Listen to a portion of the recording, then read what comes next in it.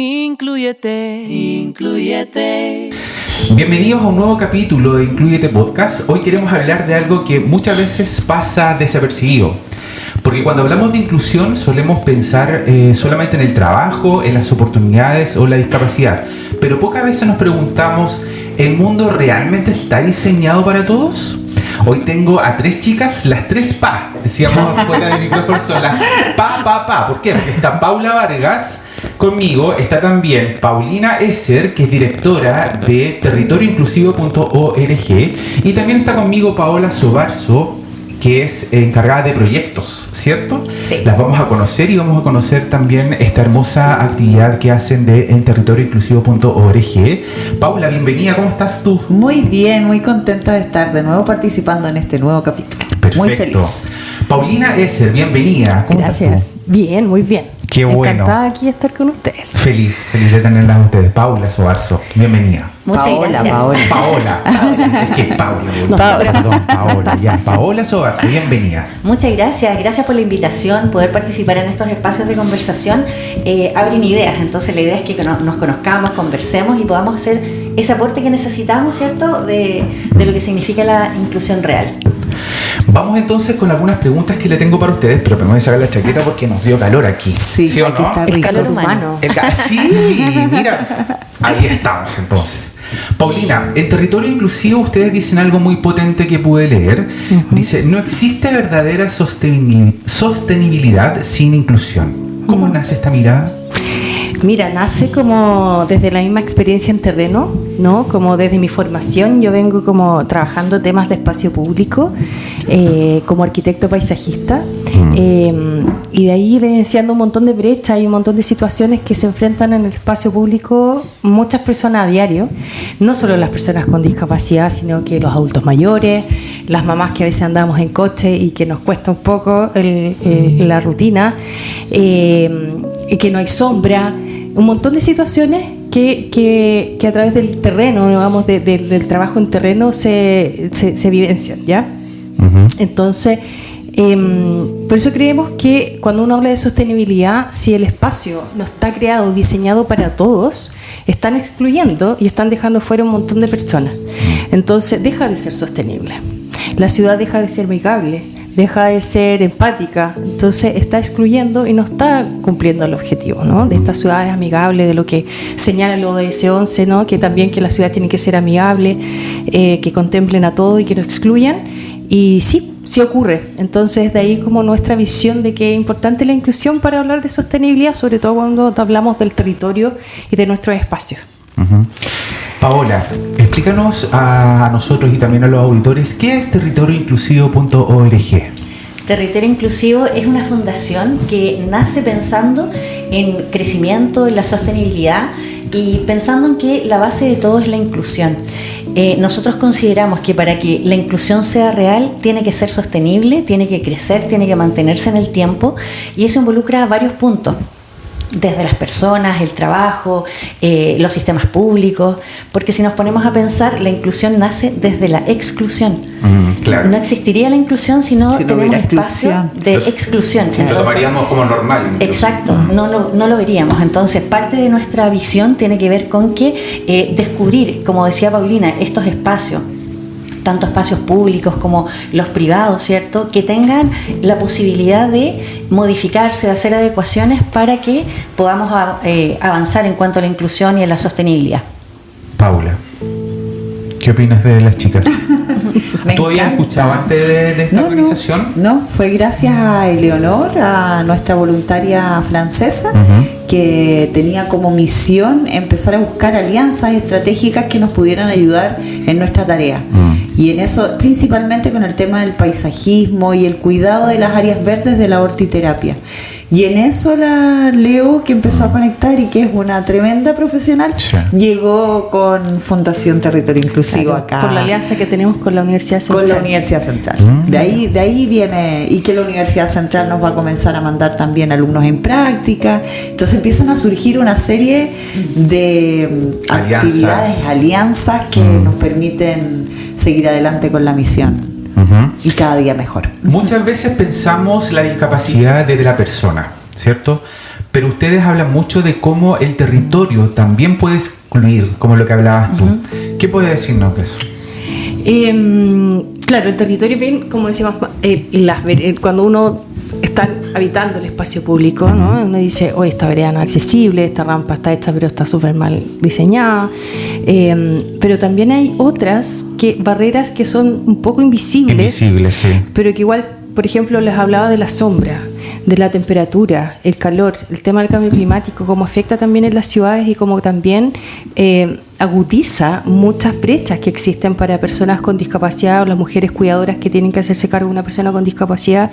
Necesita tener servicios próximos y que esa ruta sea tener un mínimo confort, ¿no? Como de sombra, los sobreestímulos que tiene una ciudad también. Hay barrios, hay espacios que están demasiado sobreestimuladas a las personas, los niños o niños con ciertas dificultades también, con ciertas discapacidades también afecta muchísimo ciertos entornos que son sobreestimulados. Entonces esas son más o menos invisibles, ¿no? Y que también tiene que ver con que no se planifica bien la ciudad y no se consideran a todos los actores, a todas las personas que lo van a habitar. ¿Qué son los espacios sobreestimulados que comentabas tú? Yo iba a preguntar Cuando uno habla de ruido, cuando, okay. no sé si han escuchado, ahora para hablar de cosas buenas, ¿no? Sí. El retail, me parece que un centro comercial. Unimark.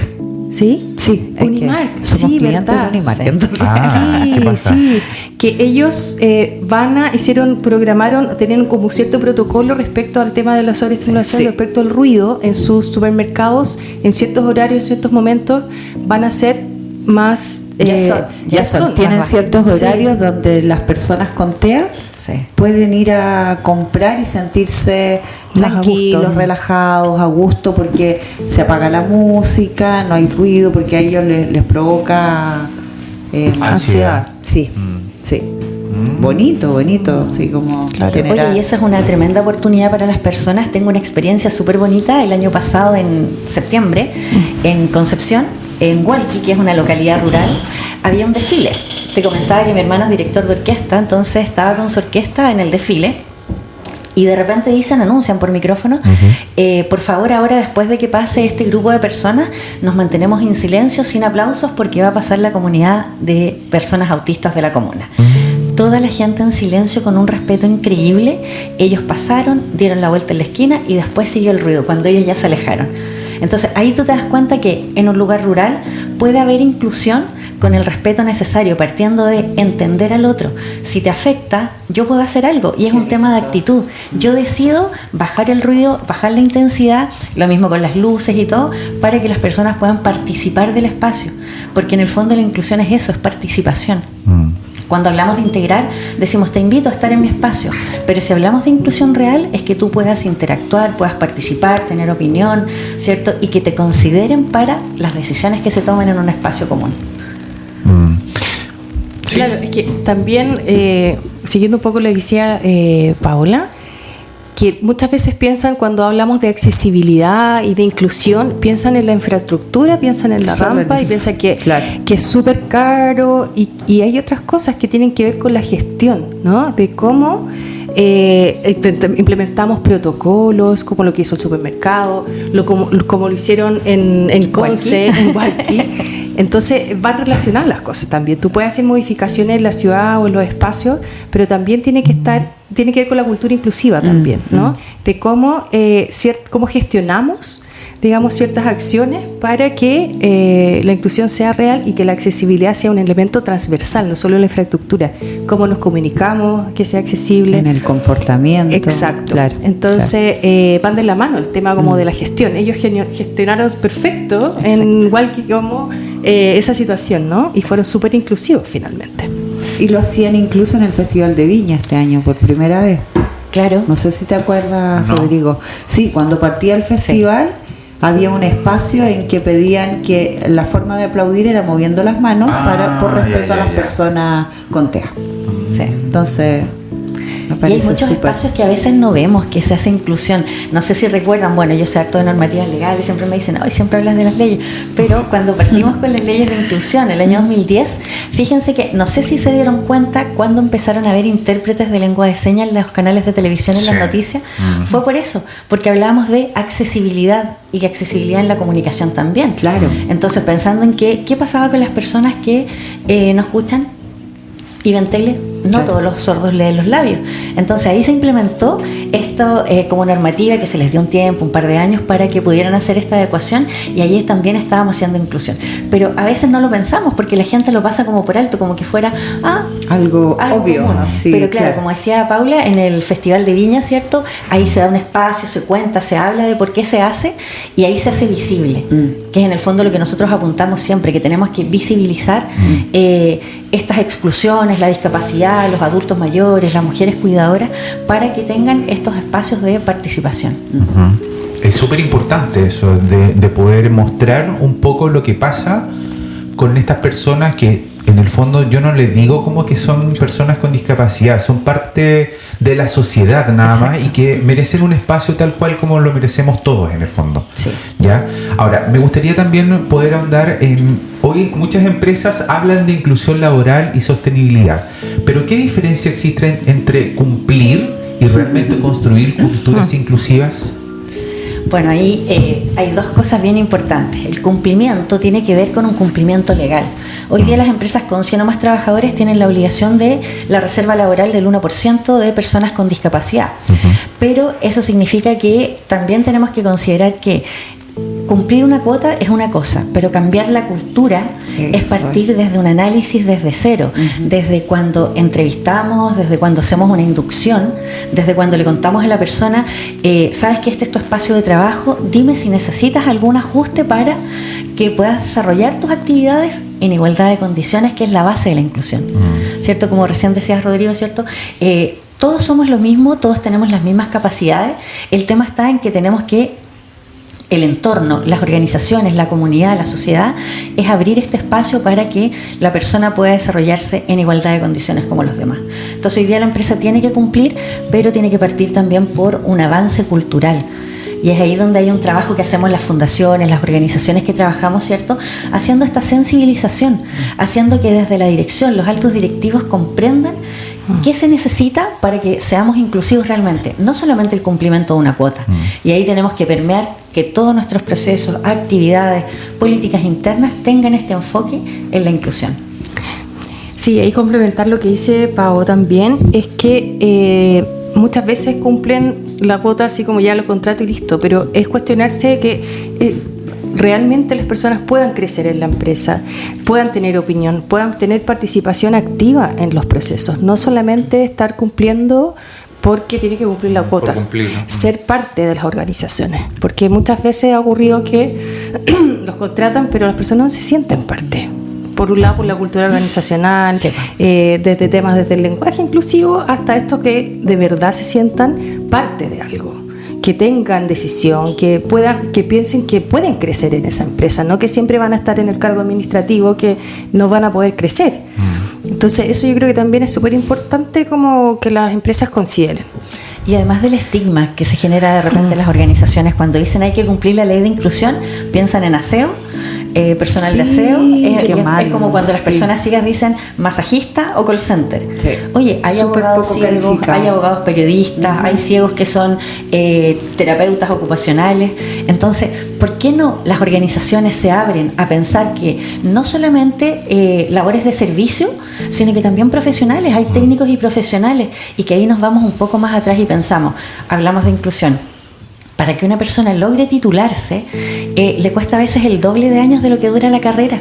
¿Por qué? Porque el espacio, universidad, instituto, lo que sea, no tiene las adecuaciones para que la persona logre generar esa trayectoria en igualdad de oportunidades que los demás. Entonces, esto es toda una secuencia. Y si nos vamos más atrás, pensemos en los preescolares. ¿Qué pasaría si hoy día en el preescolar empezamos a hablar de inclusión? Si hoy día los niñitos les empezamos a hacer conciencia, vamos a generar adultos que hoy día ya no sería tema hablar de la inclusión. Más conscientes. Exacto, pero hay un tema que hay que hacer cultural desde atrás. O sea, si pensamos en nuestra cultura nacional, los modelos que habían de inclusión, pensando en la discapacidad, antes eran modelos médicos que pensaban que la persona se iba a recuperar. Entonces era como mientras más tratamiento le hacíamos, el ciego iba a ver, o mientras más tratamiento hacíamos, le iba a salir el brazo al que no lo tenía.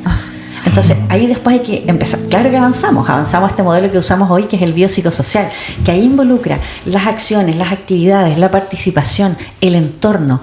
La persona hoy día tiene que tener y sentirse con la libertad y tener el espacio para trabajar, estudiar, participar, pasarlo bien, ir a un concierto. Hoy día tenemos espacios accesibles en los conciertos, ¿cierto? ¿Se acuerdan cuando hace un par de años vino Paul McCartney? Sí. Invitó a 100 ciegos, los invitó a un espacio, dijo yo quiero que vengan. Fue una tremenda experiencia para personas ciegas haber ido a escuchar un concierto. Imagínate. Lo vibraron, lo vieron, porque había un espacio para ellos. Claro. Porque hay una visión distinta. Entonces, si hoy día las organizaciones pensaran y dijeran, oye, nosotros queremos ser más inclusivos, a lo mejor participemos en estos espacios o en estas acciones comunes y digamos, oye, podemos invitar a un artista, pero hagamos un espacio, la mitad del estadio que sea para personas con discapacidad. Ahí estaríamos hablando de inclusión real, ¿cierto? Entonces son varios temas los que ahí, bueno, y nosotros tenemos largas conversaciones con la Pafi, que nos vamos a ir en lo profunda, ¿cierto? Porque hay tanto por hacer, pero en el fondo tenemos que hacerlo entre varios. No basta solamente una idea, sino que tiene que estar la academia, tiene que estar el Estado. Que es lo que te explicaba yo hace un tiempo atrás. Eso es demasiado importante, el generar las alianzas, no vernos como competencia. Exacto, es que no lo somos. Es al revés. Sí. Es al revés. Todos remamos para el mismo lado. Mientras más fuerza, mientras más nos agrupemos, más fuerza tenemos. Claro. ¿Cierto? Sí, que es lo que hablábamos hace algún tiempo atrás. Es que yo creo que todas las organizaciones que trabajamos en inclusión tenemos excelentes ideas, pero solos no podemos. Entonces lo que nosotros veníamos con la Paula conversando hace harto tiempo, que decimos, oye, las universidades tienen que participar porque ellos tienen fuerza joven que está ahí, que pueden participar en proyectos, levantamientos de información. Tenemos que generar más datos para que después las políticas públicas tengan un respaldo para que se puedan ejecutar. Si no está el dato, no existe. Exacto. Y eso es súper, y es un déficit. Bueno, estuvimos participando en el foro de latinoamericano en la CEPAL de cómo íbamos con la Agenda 2030. Y en distintas mesas, distintas mesas, y todos llegaban a la misma conclusión, que datos desagregados. Además, culturalmente somos muy distintos en Latinoamérica. Entonces, los parámetros en que se evaluaban distintas cosas, como el tema de la discapacidad también, eran distintos, y además dentro de los mismos países cada institución iba como por la suya. Entonces hay mucho dato que está desagregado y no hay como un equilibrio. Entonces poder tomar decisiones políticas a nivel como nacional y también a nivel como estas estrategias latinoamericanas, ¿ya? que plantean, digamos, la ONU, etcétera, quedan cortas o no funcionan o no alcanzan a toda la población.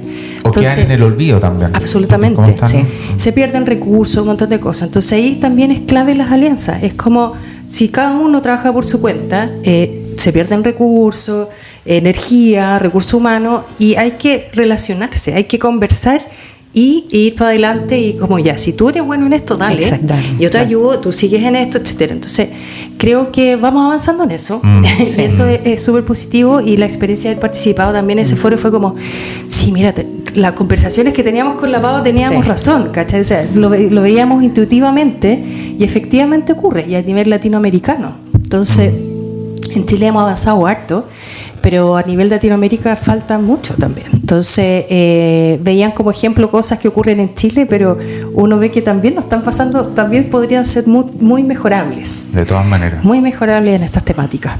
Y ahí yo quiero hacer un llamado también a los colegas periodistas, comunicadores, de gente de marketing, que muchas veces están sin trabajo, pero acá existe un trabajo voluntario que podría servir de mucha potencia tanto para el profesional como para las organizaciones.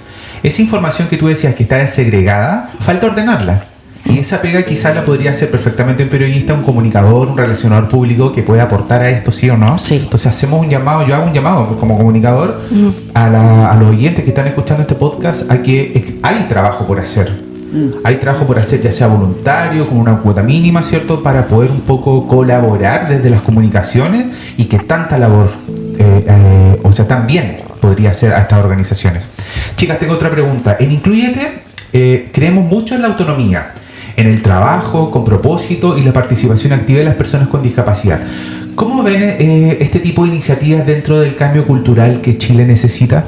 Mira, yo creo que, yo me imagino que han escuchado la máxima, hay un letrero que es muy famoso que dice las personas con discapacidad, nada sobre nosotros sin nosotros. Sí, es yo muy creo bueno. que esa es la base para poder avanzar, porque hoy día, claro, hablamos de cumplimientos, hablamos de avance, pero ¿quiénes son los que viven realmente la discapacidad? Son los que tienen ese punto claro de decir, oye, de acuerdo a mi situación, esto se necesita, y hay 100 más como yo, claro. Hay 200 más atrás conmigo que necesitan esta adecuación, que a veces lo vemos, claro, accesibilidad, infraestructura, comunicación, pero a veces hay pequeños detalles. Entonces yo creo que considerar a las personas, tenerlas presentes, y dentro de estos convenios que hemos firmado, ¿cierto?, como la Convención sobre los Derechos de las Personas con Discapacidad, que habla desde que las personas son personas antes que la condición. Entonces, partiendo de ahí, es el derecho fundamental donde tenemos que decir, todas las personas con nuestras características, con estas diferencias que tenemos, somos los que tenemos que aportar para estos futuros y para estos avances.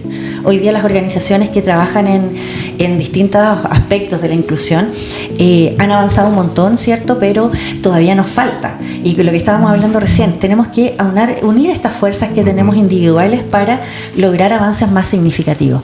Tenemos avances claramente, todos los años vamos rindiendo, ¿cierto?, nuestros avances en materias de inclusión, pero tenemos que meter más ruido, tenemos que meter más voces, hacernos más conocidos para que logremos los efectos que necesitamos. ¿Llevamos cuánto? Desde el año 2008 que firmamos la convención. Tenemos normativas, pero cada vez vamos sacando la normativa de la normativa para que funcione. Entonces, a lo mejor tenemos que darle una vuelta, ¿cierto?, a eso y decir, oye, ¿dónde están las debilidades que tenemos? Y pongámosle fuerte a eso. Hay mucho profesional, hay mucha persona con buenos oficios, hay muchas personas con discapacidad que estamos perdiendo los talentos porque no sabemos dónde están. Y ahí es una patita doble, porque bueno, con la PAU trabajamos en un workshop de marca personal con personas con discapacidad que también no se saben vender. Claro. A ver, cuéntanos de eso, me parece interesante. Muy entretenido. Tenemos grupos de personas en distintos lugares, lo hemos hecho en Valparaíso, acá en Santiago, en algunas municipalidades, donde juntamos un grupo de personas con discapacidad y empezamos a conversar ya. ¿Cómo me vendo yo? ¿Cómo tengo que mostrarme a este mundo empresarial que necesita cumplir una cuota, pero yo necesito el trabajo? Me encanta. Entonces, ya, ¿cómo te veo? ¿Cuál es tu mejor característica? ¿Por qué se acuerdan de la Paula en el trabajo anterior? ¿Por qué se acordaron de Rodrigo? No, es que era súper cuático porque Rodrigo era súper meticuloso. Esa es una tremenda característica que no sé desarrollar en mi entrevista de trabajo. Y que se puede dar vuelta creativamente para que sea una fortaleza. Entonces, en ese workshop que nosotros hacemos, ¿cierto? Hablamos de este relato, de esta historia, de cómo le saco provecho a lo que yo sé hacer bien y mi discapacidad pasa a ser invisible. Porque me encanta. ¿Cuál es tu marca personal? Sí, qué bonito el nombre. Invítenme. Sí, yo creo que para todo. Me encanta, Paula. Es que va mucho más allá de la discapacidad, creo yo. Es como es increíble porque además ha sido muy interesante que al menos en 2 ediciones de ese taller nos encontramos con situaciones de adultos que han tenido que enfrentar una discapacidad ya siendo adultos, no nacieron con esta discapacidad. Entonces ya, tienen que replantearse el mundo laboral. Entonces, lo que yo, a veces algunos han tenido alguna ACV, algún accidente cerebrovascular y ya no tienen las competencias que tenían antes. Entonces, ¿cómo le sacan partido a una característica como es simpático, es conversador, es empático y replantearse el mundo? Entonces, y ya adultos, y es muy complejo. Y ese taller yo creo que les ayudó mucho, les ha ayudado mucho como a soltarse y ver que tienen posibilidades que van más allá de lo técnico. Entonces ha sido bien interesante ese proceso y verlo como desde ese lado. Y de hecho algunos decían, no, yo no tengo currículum, no he hecho nada. Y empezaban a conversar y la persona había tenido su propia empresa de transporte. ¿Qué más había hecho? Después se dedicó a la construcción. Después fue voluntario en una fundación donde trasladaba personas para que fueran a hacer, por ejemplo, las visitas domiciliarias. Él los trasladaba porque se sabía los recorridos en lugares rurales. Entonces, todo eso que nosotros tratamos de sacar ese mejor provecho de las personas para poder después decir, mira, tenemos opciones, anda, preséntate a esta entrevista. Y así se van soltando, se van mostrando, ¿cierto? Porque ¿qué nos pasa cuando hacemos una entrevista a una persona? Vemos el currículum, usted trabajó de operario de producción. Y la gente nos contesta, sí. Claro, sí. Sí que más. Vamos, sí, vamos. hice esto, sí, partí desde Desarrolla. operario básico, sí, después fui supervisor. Saquémosle provecho a la historia personal. Claro. Que es lo que las empresas y las organizaciones les tenemos que mostrar. Y ahí estamos mostrando valor, talento. Y la empresa que dice, oye, un tipo súper eficiente me sirve, lo necesito conmigo y más encima estoy cumpliendo una cuota. O sea, el ganar-ganar que nosotros siempre hablamos, ¿cierto? Que todo el mundo dice, no, el win-win. Pero hagamos un win-win real, que te beneficie a ti como organización y a la empresa como persona con discapacidad buscando empleo.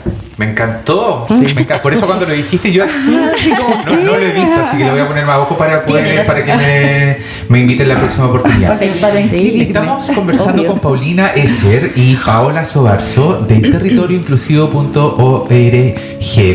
Ustedes trabajan mucho con comunidades, cuidadoras y personas con discapacidad.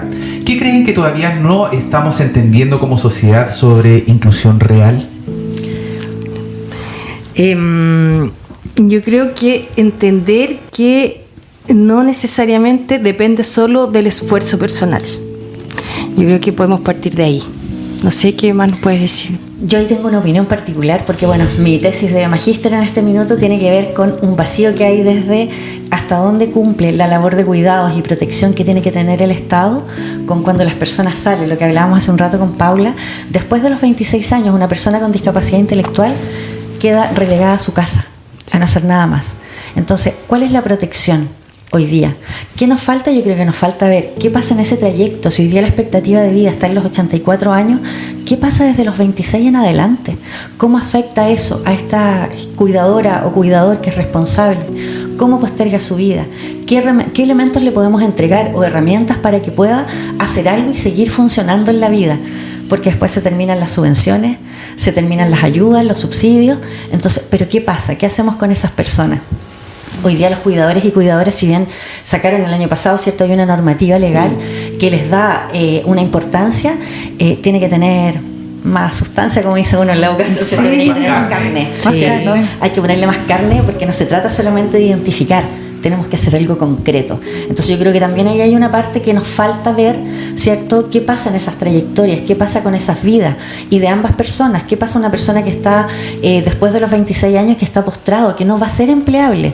¿Qué hacemos con esa persona? ¿Qué hacemos con esa familia? Con ese cuidador, con esa cuidadora. Y que más encima generalmente recae el alto porcentaje en las mujeres. Mamás, abuelas, ¿cierto? Entonces ahí también hay un tema que nosotros abordamos también en nuestra búsqueda de soluciones, que tiene que ver con el género también, con respecto a esta realidad que se vive hoy día con respecto a la discapacidad y a la inclusión. Si pudieran rediseñar una sola cosa de nuestras ciudades o comunidades para construir un territorio más humano e inclusivo, ¿qué cambiarían primero? Casi todo. Hagamos todo de nuevo. Eso sería ser muy mala, muy mala, muy mala. No, cambiar la forma en que se planifica la ciudad, como que lo conversamos recién, tiene que ver como con considerar muchos aspectos de la discapacidad. Hay muchas discapacidades invisibles también. Sí, po. Y por otro lado, bueno, que va muy de la mano cuando hablo del tema cultural, ¿no? Del cambio cultural, de que dejemos de hablar de las personas con discapacidad, sino que con ellas. Planifiquemos con ellas, trabajemos con ellas. Cuando dejemos de hablar de las personas con discapacidad, De los otros. Como con etiqueta. es porque ahí ya estamos teniendo el cambio cultural. Entonces va muy relacionado. Entonces, planificar bien la ciudad, preguntarse, ya esta persona se va a sentir cómoda, va a poder trasladarse, va a poder hacer su vida cotidiana, se va a tener que desplazar de su casa a su trabajo más de una hora. Entonces eso es transversal para todos finalmente, no solo las personas con discapacidad. Cuando tú mejoras el entorno para todos. Claro, Entonces finalmente, totalmente. Sí. entonces es como un elemento súper democrático, que finalmente es un beneficio para todas las personas, para los niños, para los adultos, para las mujeres. Entonces, ahora, claro, son procesos. Ahora, cuando estamos en proceso de mejorar, entonces tenemos que hablar de las personas con discapacidad. Estamos hablando del enfoque de género porque también hay una brecha, incluso del espacio público. Las mujeres se sienten inseguras en muchos espacios también. Entonces, ¿cómo diseñamos, planificamos la ciudad para todas esas necesidades? Entonces, creo que ahí hay que partir de cómo planificamos a los municipios, a quienes organizan, a quienes planifican la ciudad, a la academia también es muy importante. Entonces hay muchos actores que se pueden involucrar en esto y es ahí, yo creo, no sé qué más. Yo pienso que ahí, de acuerdo a lo que hemos hablado también, pensemos en que la academia, los municipios, Senadis, todos deberían estar sentados en esa mesa técnica donde hacemos esta planificación, porque después hemos visto, ¿cierto?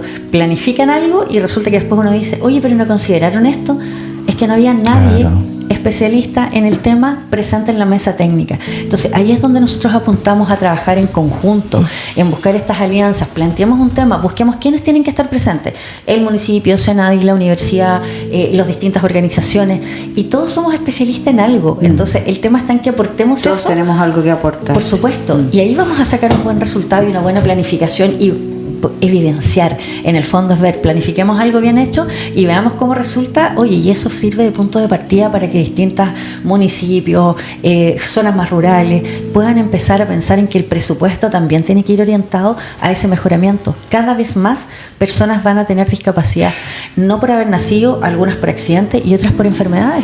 Una persona que no se cuida, una enfermedad como la diabetes, puede quedar ciega, con diálisis, y distintas situaciones. Entonces, cómo se envejece la población también. Se estima que va a estar, no sé, en el 2050 va a haber una población adulta mayor en Chile muy, muy grande. Entonces, también el tema de los espacios, la accesibilidad y el mundo laboral también es un tema después. La cultura gris, que se llama. De hecho, hace poco leía un estudio, hace un par de días, que decía que en 50 años más no van a haber profesionales, por ejemplo, en ingeniería civil. No van a haber. Van a estar buscando. Claro, y hoy día, cuando hablamos de esto, también pensemos en que los adultos mayores, que también son parte de la inclusión, ¿cierto? No les dejemos fuera. Ahí hay que hacer un trabajo también de transferencia de conocimiento. Tenemos que, oye, pongamos a trabajar a la persona que tiene 65 en la empresa con este profesional joven que llegó con teoría, ¿cierto? Y veamos qué podemos hacer ahí, porque no es que vayan de salida, sino que hay un tremendo potencial que no se ocupa, y hablamos de gente mayor de 50 años, o sea, ni siquiera adultos mayores. Hoy día la organización, ¿cómo piensa? Mayor de 50, no, mejor no lo contrato, porque no, muy mayor. ¿Y dónde está toda esa experiencia? ¿Dónde queda? Queda ahí botada. Ya, se nos acabó el tiempo. ¡Qué rápido! Sí, Paula, palabras al cierre. Para este capítulo. ¿Sabes qué? Es que escuché atentamente tantas como de los relatos de ustedes y de su experiencia, también como desde la información, cosas que para nosotros igual son nuevas, por lo menos para mí me hace mucho sentido desde lo personal y también en lo profesional. Tal vez solo agregar que, y lo dije en la mañana cuando nos juntamos y empezamos a conversar, soy una agradecida de Dios, de la vida y de mi familia y de mi trabajo por todas las oportunidades que yo tuve, sin ley de inclusión, sin nada. Así que solo agradecer y seguir caminando juntos, porque juntos podemos, juntos llegamos más lejos. Esa tengo la certeza de que es así. Y tenía una frase y traté de acordarme quién era. A ver, ¿cuál era? Es que me encanta que es alguien conocido, una escritora. La inclusión no es que te inviten al baile, sino que te saquen a bailar. Exacto, Vesna Meyer, norteamericana. Me encanta, me encanta. Sí. Así es. Eso es. Perfecto. Llegamos entonces hasta el final de nuestro capítulo. Gracias a las chicas de territorioinclusivo.org. Gracias, Paulina S. Gracias, Paula Sobarzo, también por estar con nosotros. Gracias, Paula Vargas. Gracias, Rodrigo, a ti por estar también con nosotros y poder compartir este capítulo. Creemos entonces que esta conversación nos deja una reflexión muy importante. La inclusión no comienza solamente cuando abrimos oportunidades, comienza mucho antes, cómo diseñamos nuestros espacios, nuestras ciudades y también nuestra manera de convivir. Así que gracias por ayudarnos a seguir construyendo un mundo más humano y también un mundo más inclusivo. Nos vemos en la próxima. Despídense, chicas. Gracias. Chao. Muy bien. Adiós.